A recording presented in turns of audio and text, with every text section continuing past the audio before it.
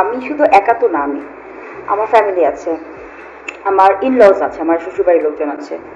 তাদের অনেক সময় অনেক ধরনের রিজার্ভেশন থাকে যে হয়তোবা কোনো একটা ছবি আমি আপলোড করেছিলাম কখনো আমার শাশুড়ির সাথে বা আমার সিস্টার ইন লয়ের সাথে, আমার ননাসের সাথে, তো ওনারা হয়তো বলছে তিশার ছবিটা ডিলিট করে দাও। খারাপ লাগে, কারণ এটা নিউজে চলে আসছে।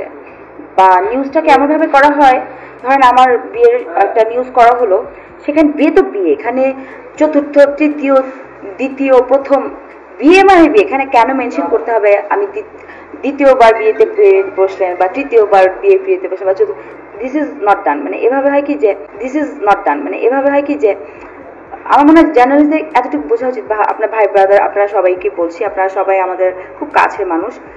আমি আমার ক্ষেত্রে বলছি না, এটা যে কোনো আর্টিস্টদের ক্ষেত্রে বলবো যে আমাদের লাইফ নিয়ে মানুষজনের অনেক বেশি কি বলে ইন্টারেস্ট থাকে জানার জন্য যে কি হচ্ছে, আমরা কি করছি, কার সাথে কার কি, বা আমাদেরও তো একটা পার্সোনাল লাইফ আছে, সেখানেও অনেক কিছু থাকে।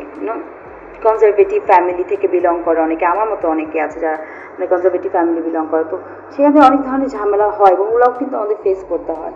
এবং যখন নিউজটা করে আমি একটু রিকোয়েস্ট করতে চাই যে এই কথাগুলো যে ডিভোর্স বা এগুলো অনেক সেন্সিটিভ ইস্যু, কিন্তু প্রপার না জেনে কারো পারমিশন না নিয়ে নিউজটা না করাই ভালো। বাসায় মোস্টলি বাচ্চাদের সাথে সাথে সময় কাটায়, সুন্দর মতো সময় চলে যায়, ঘুমাতে ভালোবাসি।